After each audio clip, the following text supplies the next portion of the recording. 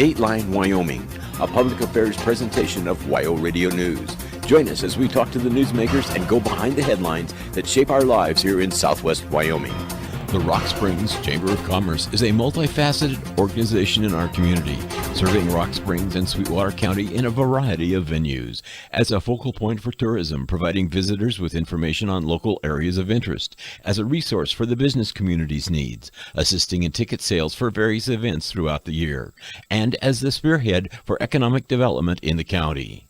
Today we visit with Rock Springs Chamber CEO Dave Hanks and Business Development Manager Kayla McDonald to learn more about the Sweetwater Economic Development Coalition. This is your host for Dateline Wyoming, Tom Ellis. We begin after this message from our sponsor, Northern Title. Good deeds done daily. Remember when your word and a handshake sealed the deal? Those were the days. It's just not the same anymore. But Northern Title Company exemplifies professionalism and old-school customer service. You have a choice when it comes to title work. Northern Title makes it simple for you. They know how important it is to have everything in order. Walk away with confidence knowing Marianne and her staff have completed your title work thoroughly. Visit Northern Title Company, 2620 Commercial Way. Good deeds done daily. Dave, let's just start off with a little history of the partnership. Well, the partnership actually started about 3 years ago. We sat down with the city of Rock Springs, basically the mayor, one afternoon and started talking about economic development. Well, the partnership actually started about 3 years ago. We sat down with the city of Rock Springs, basically the mayor, one afternoon and started talking about economic development, buzzword, diversifying our economy, those type of things, business retention, expansion of existing businesses and all that. So it really started out kind of as a conversation that we needed to be doing some things. We were already working with many businesses out there and inquiries of businesses that were looking to relocate to our area, but we had no formal structure. There was nothing formal. It was just a component that the chamber was doing. At that time, the city was looking at some way to be able to have a formal type structure. Part of their strategic plan is to have an economic development component. So about 3 years ago, after a long discussion with the mayor, we decided that we should look at forming this thing and making it more formal. The city thought it would be a good investment to partner with the Rock Springs Chamber to look at it and pull this information together, really start developing the building blocks for economic development. We needed to find somebody that could actually head that operation, which is where Kayla came in. At that time, we had just looked at hiring Kayla, and we were able to get her and bring her on board. It was a very good hire that we felt, and we felt that she could help lead this effort. So the very first part of the partnership was between the city of Rock Springs and Rock Springs Chamber. And that went on for about 2.5 years. During that time, the foundation was laid. Websites, and Kayla's going to get into that, the building blocks, leadership, business expansion, retention programs, all those type of things were developed. Once we got to that point, the economy played a role in this. As you're looking at limited resources out there, and as you're looking at being able to speak as a county, as a unified entity out there, because of the lack of resources or fewer resources that we have, it made sense to work with Green River, to work with the county, and do a countywide effort. We approached them earlier this year, January and February, and at that time there was interest simply because of by pooling our resources together, we could get a lot more bang for the buck. A lot of the programming was already developed out there. And then it would provide us an opportunity to go in different directions than we already had. Instead of concentrating just on Rock Springs, even though we had county information, even though we had City of Green River information that we distributed, we could now concentrate on a county-wide basis. We had resources that we could actually do some more things as far as expanding websites, redeveloping websites, looking at different programming, additional educational, additional promotional opportunities, and those type of things. So really it's grown. We really have to say that we appreciate the city of Rock Springs having confidence and trust in us to be able to do this, because they were kind of the only ones out there, the only partners playing at the time with the chamber. And now we have the city of Green River and the county. Now we need to go forward from that point and really generate some results. And that's kind of where we're at today. From experience, I can say that, economic development historically has been impacted by inter-county rivalries and so forth. And I think the important thing there is that we've got one unit working together. Yes, and we have a very strong unit. The other thing is that this coalition is not the end-all. This coalition isn't trying to, take the place of anything that Green River is trying to do. We're really there to augment and to support the efforts. The mayor of Rock Springs, Carl, said it best. We don't really care where it where it goes in the county, as long as it's in the county. I don't care if it's in Green River, I don't care if it's in Rock Springs, I don't care if it's in the county. Whenever you bring a business in or you retain a business, what you're doing is creating tax dollars that the entire county and payroll gets to participate in. So that's a really important thing. There are no boundaries on this thing. If the city of Green River or the county or city of Rock Springs has a particular project, we're there to support them. We're also there to go out and look at what is the best fit for these businesses as they come into our area. Where would they fit best? There are certain things that are going to fit in Green River much better than they're going to fit in Rock Springs. There are certain things in Rock Springs that probably aren't appropriate for Green River. The cities have to make that decision. We're working very closely with both cities on that. Even at the county level, there's some big projects that are coming up that we'll be working on there. So really we're there as that central focus point where these things come into, and then we look at it as a group. Where's the best place? Where's the best fit for that type of business? What are the things that we can do to support businesses in both communities that exist here already? Because that's extremely important. We need to retain and expand our existing businesses out there. So I think that coalition, has been very good. The other thing is what it has done is it especially for Kayla, because she's kind of a one-person show here, even though she's housed in the Rock Springs Chamber, she is the Sweetwater Economic Development Coalition leader, is that it brings other resources. She's had some very good meetings with the Green River people, Rock Springs people. We're working with the county. They have certain resources out there that, unless you're playing together, you really don't know what those resources are. As you look at Sweetwater County, it represents one of the larger population bases in the entire state. If you could put that all together, it's got to be a lot more effective. Yeah, and it's also one of the largest resource centers. I mean, when you start looking at land, you start looking at utilities, you start looking at transportation corridors, you start looking at available water, you start looking at utilities, all those type of things. Very few places can compare to what we have. The end product is something called the Sweetwater Economic Development Coalition. Yes, the Sweetwater Economic Development Coalition is the newly formed organization for this. And as Dave said, we met with both Green River and the county to combine this with the efforts of Rock Springs. So basically, we proposed the same plan that we did to Rock Springs to the other two entities, and saying the Tools for Business Success Toolkit will still be handled. We'll still continue to monitor that and grow that and use that service. And then our fully functioning website, which was another component of our contract in the beginning, that is currently seeing a reface and a rebrand and revamp, basically a lot more tools to add to our selling point of economic development in Sweetwater County. And we can be proud of this. Now it's not just incorporated just one town, so it's all Sweetwater County. And the newest logo, we worked very closely with staff and everybody on the committee to develop a logo that we're very proud of. It's 3 individuals holding puzzle pieces together, and there's 4 puzzle pieces, and we basically tied those in, showing the partnership as being the central point there in that puzzle piece. So the fully functioning website, going forward with that, we're getting that updated, and the GIS property listings, that's one thing that is my major focus going forward now, is trying to find all these properties that are available, not just from our local realtors, but these private people who are actually on the sidelines, maybe not ready to start selling that property and get it out there. And we want to approach them and explain, this is a service that is free.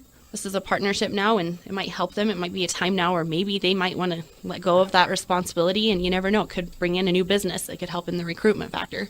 Talk a little bit, if you will, about the organizational structure of the coalition. Okay, so our coalition, it originally started with 15 members. We have since added a few more, moved some people around. We've gone into more of a subcommittee type setup so we can focus on workforce, even retail needs, small business needs, and continue to still focus on the business retention expansion component. What do you see in the future? Our future plans, as of today, we're going to continue to update all those 4 components of that original contract. And then we are looking at some new programs within, some more business retention programs, looking at serving our industry, seeing where their needs are, whether it's workforce or maybe more additional training for their staff. This will be a program that the Business Council actually has looked into. It's called Economic Gardening. And we're going to look into that and see where we can actually be a part of that, and maybe even tie in the college and see if there's something that the college could offer, either maybe another training program, whether it's industry related, based off of the Trona mines, maybe even now with Simplots tie into ammonia. This could be something that they can maybe utilize as training programs for their new employees or existing employees. So focusing on workforce right now is another component to that. And then the retail gap analysis, it will go back to that too. We want to make sure that that does get funded. So we have recently worked in collaboration with the URA in Green River and Rock Springs. And we're still on board with the county and Green River and Rock Springs for the funding that was given prior.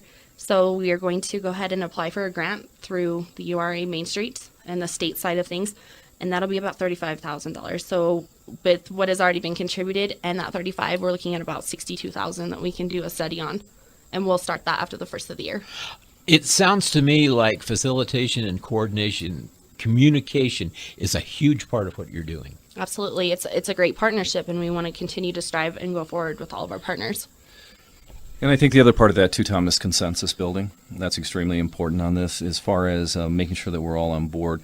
So what kind of what we look at when we look at SEDC is the facilitator, as you were saying, the collaborator, the consensus builder, looking at projects that can come in. Where do we direct those projects to?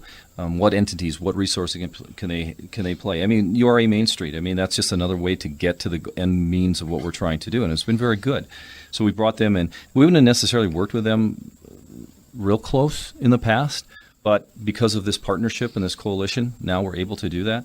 I think some of the other things is that when leads come into this county now through the Wyoming Business Council, they actually come into SEDC specifically. They come into the Sweetwater Economic Development Coalition. Those are then taken by our group as a whole, looked at, where's the best fit, what are the best recommendations that we can, how do we respond to that lead with everybody's input into it, and then we move forward. So after we get the retail gap analysis, there's a couple of things that we really are looking forward to. Number one is how to take and see what those gaps in the retail marketplace are here for us, whether it be shoes or men's clothing or something like that. We'll just throw that out there. And approach our local merchants to see if they can fill that gap. If they can, that's great. If they can't, then that's something that we need to look at to go out and recruit and bring that in. For instance, Sportsman's Warehouse is a prime example of it. They were able to come in here and fill a gap that we've been lacking for some time. That's going to generate millions of dollars back into this local economy because instead of going to Salt Lake and purchasing or going online and purchasing those things, we're actually capturing those sales and those tax dollars here in Sweetwater County. Speaking of the economy, how has the downturn affected your ability or your resources in order to proceed? It's a two-edged sword. When you look at it, the downturn has limited resources out there, limited resources from the cities and towns and counties. That necessitated us forming a more tighter coalition because now all three can participate in it at a level. Maybe there would have been an interest in the past in forming your own, which would be a competing agency out there or whatever it may be. And I think this kind of took in, the timing was good for that now we can come together, share those resources, even though they're more limited, but when you pool those resources, you actually have a bigger piece of the pie. So that's a good thing.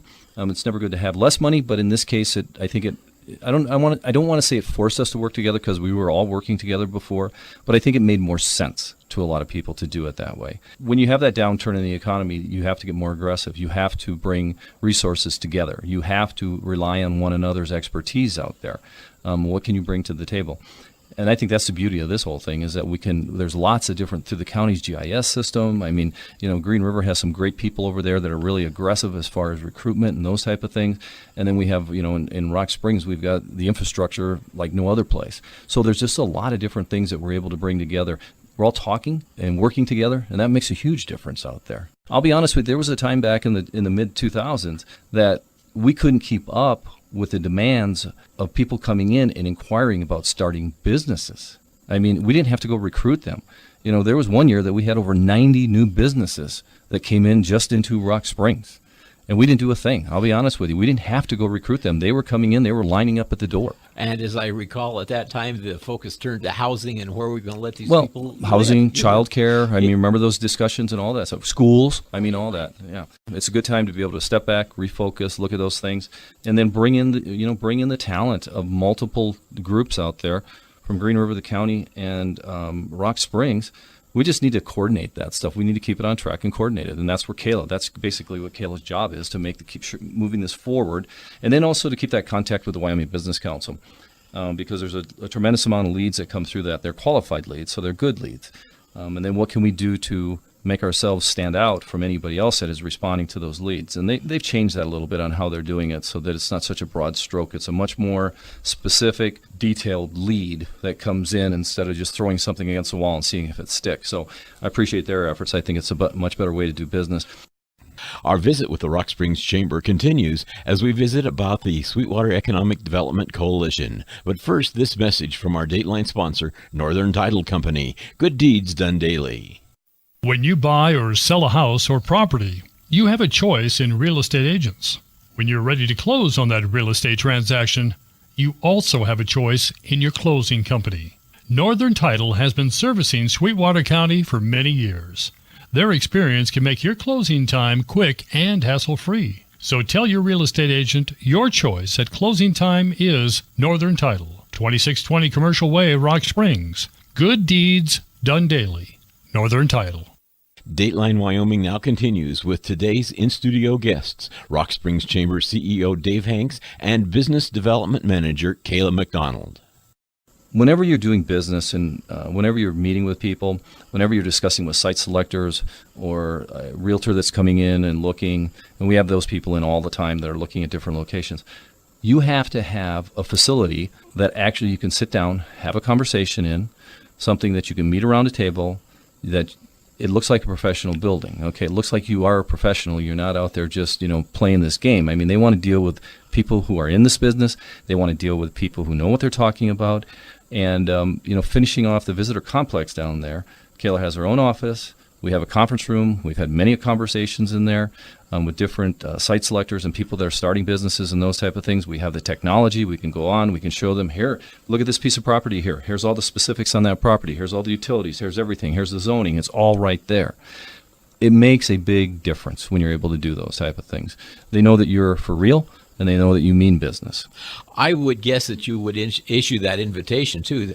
If by this time there are some people who haven't seen that new facility, it is absolutely a great place to come down and visit, and I'm sure you'd be more than happy to give them the tour, right? We would, and to tie into even what Dave is saying, another thing that we are working on right now is we're educating the candidates that are currently running for office. So we have the Sweetwater County Commission candidates, the Rock Springs City Council candidates, and now we're working to start educating with Green River City Council as well. So that's a way that lately we've been able to bring in a different approach in bringing them into our office and educating them as well. And, that gets them in the door to see what we're all about, and then they can spread the word as well. So it's more of an educational piece on our end. It seems to me that the coordination and the cooperation that we're seeing here probably would have a great impact on our community self-perception, in terms of, hey, look, this is finally something that looks like it's positive and people are talking to each other and we're getting things done. One of the things is that relationships in the past have not always been the strongest between Rock Springs, Green River, the county, at different levels and different issues and different times and all that kind of stuff. So it's very refreshing to have a county commission, the two cities, the mayors, working together. I have to give them all the credit in the world. I have to give credit to the mayors of both cities. I have to give credit to the commissioners. They're working together. We just are helping to facilitate that. The two chambers are working together. Kayla mentioned, UR Main Streets. We have the two Main Streets working together on behalf of the county. That's something that maybe, 10 or 15 years ago would not have happened. There would be a lot of talk about it, but would it really have taken place? So I think that, again, a lot of the timing, necessity, because of lack of funds, lack of resources, it kind of drives some of this stuff. But there's also been a willingness on those partners to really want to come together and do what's best for Sweetwater County as a whole. That is a great attitude, and that is an attitude that is much appreciated on our part. I give them all the credit in the world for doing that, and it does make our job a lot easier to pull this group together because we're all trying to do the same thing, which is a great thing. And I think that way we will have much more success than we've ever had. And we've talked about this even going down to Cheyenne and lobbying on behalf of the legislature and that type of stuff. We are so much stronger as a unified county than if we're out there on a standalone basis. Economic development has always been a really strange-looking animal. How are you going to determine or identify success as you move forward with this? Measuring our success is definitely keeping our partnerships intact, and then we have agreed that we would keep them up to date on everything. And I think by success, it's just going to be continuing to see Sweetwater County grow, and it's not just focusing on one community over the other. It's going to be the success rate of what we're basically moving forward to do. Some of the other stuff that you have to look at is how are we retaining our cornerstone businesses out there? How are we making sure that the Trona Patch and Simplot and the power plant and the coal mines and oil and gas industry and those type of things, how do we make sure that we're doing everything we can to retain those businesses is there other things that we can do to help them with, say, for instance, workforce needs, which is a huge effort. So you need to bring those other partners in too. Western Wyoming Community College is another huge partner in this thing. Their workforce training programs are some of the best in the country out there. Their placements almost 100% through those programs. But you have to continue to evolve, and they've been doing that. I think part of our success is to make sure that we're communicating with those partners out there what they need and aligning those resources up, whether it be Western Wyoming Community College, whether it be Department of Workforce Services, whether it be whatever it may be out there, to meet the needs of those existing businesses out there. Then the other thing is, we can track pretty well how, for our startup businesses, how well are they doing? What's the retention rate on those startup businesses out there as we go forward? When we go to recruit, when we get into that really recruiting phase of it, what kind of package do we really have out there? When we go to recruit for these businesses and we bring those businesses in, and what kind of feedback do they give us as far as, was this an easy process? Is this not an easy process? Is this a place that we like to do business, or no, we don't? I think there's a lot of ways that you can measure this going forward. The good news is that all the partners are in line right now, with the partners willing to step up, willing to help and assist each other. And it's going to take us helping each other across city lines, county lines, everything. I think that, our success is going to be, we should have some success out there. We should be, I think that, I'd like to say that, this is going to be the end-all, save-all for sales tax revenue and those kind of things, but it's not going to be. It's just one piece and one component of that. But it's something that is definitely going to help. Talk a little bit, if you will, about the dollar impact of economic development. You can't stand up there and say, we did this and we brought this in and all that. It's a combination of everything, and people working together, from engineering to your real estate people to, city government, to the quality of life you have, into your educational system, to your healthcare system, to workforce training, all those type of things. They have to be in place. That's really what we need to do, is we need to make sure that those things are there. Not that you build it, they will come. For an example, the 6 penny projects. Let's just talk about that real quick. The 6 penny projects out there very wisely have been spent on infrastructure within our communities. If you don't have streets, sewer, and water, you can recruit all you want. You're not going to get anybody in here. I mean, there's no reason for them to come if they're going to have to pay for that. The 6 penny projects have actually infilled, especially in Rock Springs, has infilled a lot of vacant areas out there that, it kind of went, then it stopped. There wasn't any sewer water beyond this point. If you wanted to develop that land, there was no infrastructure to develop that land. There is now. So we have a lot of product out there, which is a very good thing. But you have to look at that. Do you have a healthy business climate? How do we, and I hate using this word, but how do we continue to diversify our business community out there? We are very diversified within the extraction base. That's kind of what's really helped Sweetwater County through these rougher times. We're not a one-pony town or county. We have multiple different extraction-based industries. So oil and gas is down substantially now. No doubt about that. We've seen a huge drop in that. We're seeing a little bit of an uptick in certain areas.